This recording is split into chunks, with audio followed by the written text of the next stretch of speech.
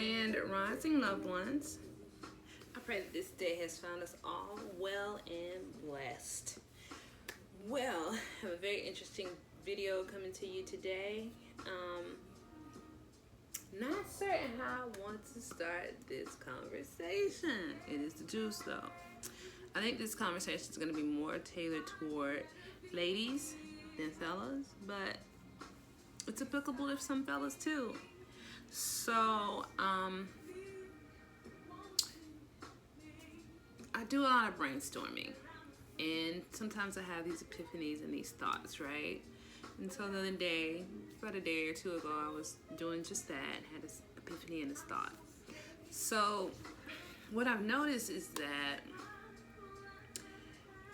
we have a lot of troubled women in the world and in our community. I'll say, let's just deal with the African American community, but I'm pretty sure it's universal. But I can't speak for Caucasian women because I'm not one. So it's no disrespect or ill intent. It's just that I can only speak from what I know. So, we see in our communities the seems to be overwrought with unhealthy relationships. And I think part of that is because sex is so mainstream that sex is a focal point for a lot of relationships.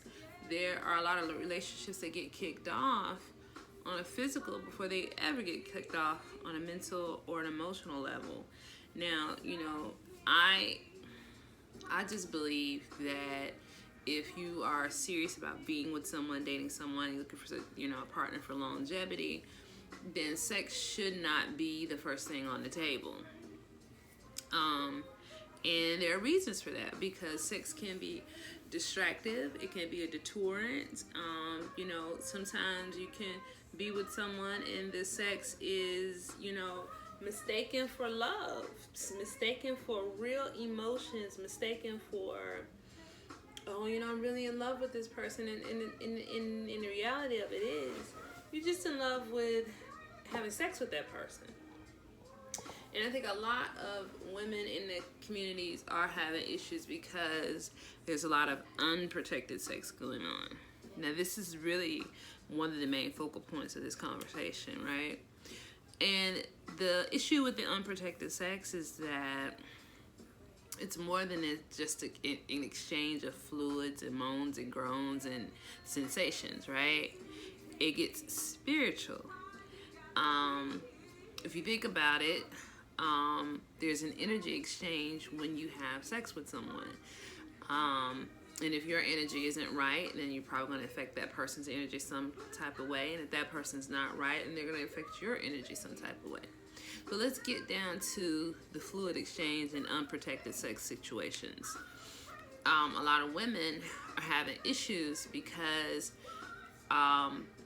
we don't know how to admit to our feelings, because we're in a society that says that we feel too much and we shouldn't. It's shunned upon. So we don't know how to admit to our feelings and really understand and be in our, really explore our feelings. And I don't mean we're supposed to be busting windows out cars. Jasmine Sullivan, that was a cute song, but, leave the cars alone, ladies. I'm saying.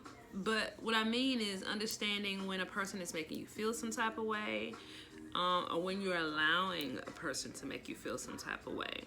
Understanding when you're hurt, and doing something about it. And I don't mean busting window of the car. I mean leaving, doing something, different, like letting that person go. I don't mean retaliation. I mean doing better for yourself.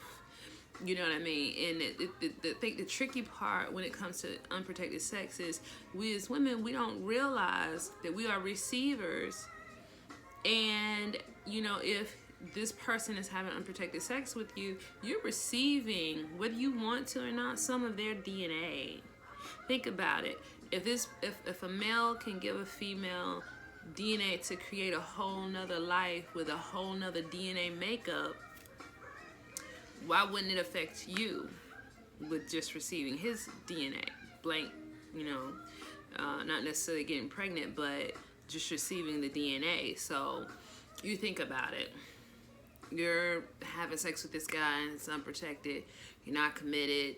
You just casual with it, you know what I mean? And this person has some things about them that you're not necessarily fond of, but for whatever reason you're holding on to that situation, you're going to eventually get attached because of that sharing of DNA. Because see, now that he's giving you part of his DNA, basically he's a part of you now. And it's hard to let go of part of yourself. You know what I mean? So we get caught up in these situations, relationships that are not beneficial to us because we've already had that DNA swap and now that person's a part of us. So we recognize that person subconsciously and spiritually as a part of us. Even if you don't like the person. I think, ladies, if you've ever had unprotected sex with someone more than one time and it's a regular thing, and you know, sometimes you see points and places where you're like, I really don't like this person, but you can't understand why you keep dealing with this person. Because they're a part of you now. So, you know, this message is for women to just do a little bit better for themselves. You know, I've had to do that. I can be honest and say I've experienced exactly what I'm talking about. In the past, I've experienced what I'm speaking about.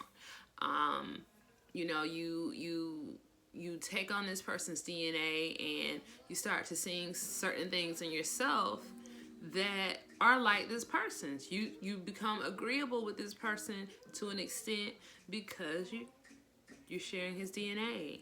You know what I mean? I can remember I had one particular situation where this person was an atheist. And pretty soon, so was I. You know, I was confused about my beliefs prior to this situation, but in the midst of that, I'm a full-fledged atheist. Yeah, man, you know, just making jokes, all of that, just wholehearted believing. And it's like, as I separated with that person, you know, God revealed himself to me. And, you know, I realized that, you know, I was on the bandwagon of something that it really didn't even have anything to do with me. I was having some confusion and some about my beliefs, but it was not that I was beliefless, you know what I mean? So I can honestly speak from experience that you will take on part of who this person is if you continue to have that exchange of DNA. And it's a spiritual, energetic, physical and emotional exchange to have sex with someone, whether it's 5 minutes, 2 minutes, you know, good, bad, you know, even, you know, prostitutes, you know, there's and I don't, you know, I'm not looking down on women who sell themselves, so I'll just say it like that. There is a psychological breakdown in that, because you should be the most important thing to you. And if you allow yourself to sell yourself, you don't really have a limit to what you will sell, you know, what you will place a value on.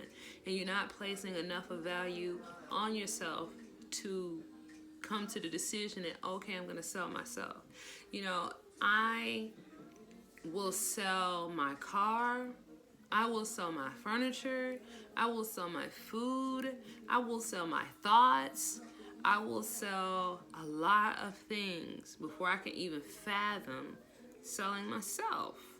You know, I am the most important part of me, so why would I put a dollar value on that to be thrown out to the pigs? You know what I mean? To be thrown out for, excuse my French, a nut. You know what I mean? Like, if you're in a place where you're selling yourself. So, going back to the exchange of DNA, you know, we don't give enough credit to the experience that sex is. It's been ranked so low key. And I think that it's been that way because there's an ulterior motive. Number one, to keep our men distracted. Number two, to keep our women confused. Number three, to keep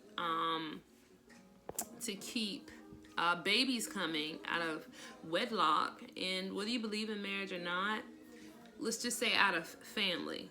You know what I mean? Now this child has to deal with a parent there and a parent there. You know, it happens every day. My kids had to deal with that. But if we cut out this unprotected sex, or, you know, chop that down, it won't happen as much. You won't have these emotional, oh, you can't see your kids because he don't love you. And you toting his DNA. You know what I mean? It's one of those things that if you know, take the sex off the table and get to know a person, you'll find out that, you know, you'll be able to weed out people a lot easier. Like, okay, I don't really like this person, because you haven't wagered anything. You haven't wagered your body. You just wagering a little time. It doesn't take a lot of time to figure out if you do or don't like someone unless you have ulterior motives. If you got ulterior motives, it's a whole nother conversation. Put that over there. But if you really are trying to be serious with someone and be with someone, then take the time to get to know that person before you become physical with that person. And even if you become physical with that person, at least use protection so you don't have this fluid exchange and this DNA build up in you of someone that you don't even really know. You know what I mean? And just imagine if you are a person and you have, let's just say 1 month, you have 15 different unprotected encounters. How many spirits are floating around in you? I'm just saying. I'm not being judgmental. I'm just putting the facts out there, cold hard facts. If they don't sound good, it's because it's not. It's not good. So it's the situation where we need to be more protective of our vessel. You know what I mean? Your body is a vessel, and it's the only one you get. So if you mess it up, you just kind of out of luck. You know what I mean? But I feel like there are a lot of mental and, you know, emotional issues in our communities due to this. Because like I said, if you're a woman and you're sharing yourself and this situation is not treating you like it should be, and now you're confused and you don't know where to go with your feelings because you're feeling like this person is a part of you, but at the same time it's not treating you like that. And it happens for men too, so I won't just single out women. It happens for men too. They get emotionally caught up with that DNA exchange, and you know, they thinking they in love, and really they in lust, and you know, they ready to kill you and the next guy because you sharing your body with someone else other than them. So, you know, it's a two-way street, but I'm saying more so for women because we are receivers. You know what I mean? Like, you can plug a fan into the wall and, you know, there's an outlet to receive that plug. So, you know, if there's something wrong with the internal receptor, then you won't get that electricity, that spark. So it's the same way with us in sex. We're receivers. You know what I mean? If we don't keep that place of high cleanliness and high, you know, place of value, then that plug is gonna get messed. That receiver is gonna get messed up along the process. So this is just, you know, reaching out to my ladies, you know, trying to give some positive encouragement and direction on why things may not be going your way in life, and why you may not have found the person that you can truly love and be with, because you're not giving the true value to yourself that you need to, because you're giving yourself up so short. You're giving yourself up, you know, at such a discount to be having unprotected sex with people, trying to get somewhere in a relationship with your body. That's not the way. If your mind and your heart don't do it, ladies, you won't get anywhere. You know what I mean? You can have a best box on the, you know, the earth and still be mistreated. It's not about you, it's about the other person. The other person has their own things to deal with, and you have to let them deal with them. And if you want to deal with this person, at least protect yourself. You know what I mean? However, we as women, we take that and we receive that too as rejection and different other things, and it further perpetuates the cycle that is a downhill cycle. You know, I would love to go into deeper detail about this conversation is one that needs to be had. At some point in my life, I'm going to start a podcast. Once I get to, I say maybe 10,000 subscribers with my channel, I'll start a podcast where we can talk about these type of things. You know, we need to further ourselves in our communities, and sex is a big distraction and divider, because if not handled properly, there are a lot of problems and repercussions coming from casual sex. You know what I mean? Me personally, I just feel like we as women should take more pride in ourselves, and then I think our men will also do the same if we lead by example. When we don't know how powerful we are when we take the lead, and I don't mean be the masculine role and you, oh no, you do. It's like, you lead by example. You walk as a woman should, and a man will see that and take heed to that. Men are creatures of study. They're hunters. You know, if they want to go hunt a deer, they're going to pay attention to the habits of the deer so they can get that deer. If they want to go hunt birds, they're going to pay attention to the habits of the bird so they can get that bird. Whatever they want to hunt, they're going to pay attention to their habits so that they can get that. And if we as women are raising the bar and raising the standards, guess who's going to have to as well? Just information, ladies. I'm not pointing any fingers. I'm not giving any judgment. I'm just speaking from my experience and telling what I understand and what I've seen. So I just truly feel that we as women, we give life. We're the start, we're the foundation of life, because we give life. You know what I mean? So whatever we're giving, men also receive. And if we're giving ourselves short, they're going to receive it just like that. If we're giving ourselves up a standard, they're going to receive it just like that. And they're going to follow in our footsteps, and they're going to raise their standards. But if we keep, you know, just accepting whatever, they're going to keep giving whatever. You think about a person that always asks you to borrow money. As long as you're lending it, they're going to keep calling you to borrow money. You'd be like, why does this person always call me to borrow money? Because you always lend it to them. You know, I can't tell you the last time somebody's called me and asked me to borrow some money. Why? Because I don't do that. You know, it's a special circumstance for me to lend money. Now, I used to, but I don't anymore.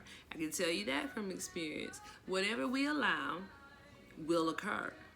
So what we don't allow won't occur. I'm going to wrap this video up here. I just had this on my heart and on my mind to say, ladies, let's shake this thing up. Let's do things a little different. Let's be the goddesses we were created to be, and lead by example, and welcome our kings back to a place of kingship. Because if they watch us elevate, they're not going to let us leave them, ladies. All right, y'all have a wonderful day. Thank you for tuning in once again. See you later. Peace.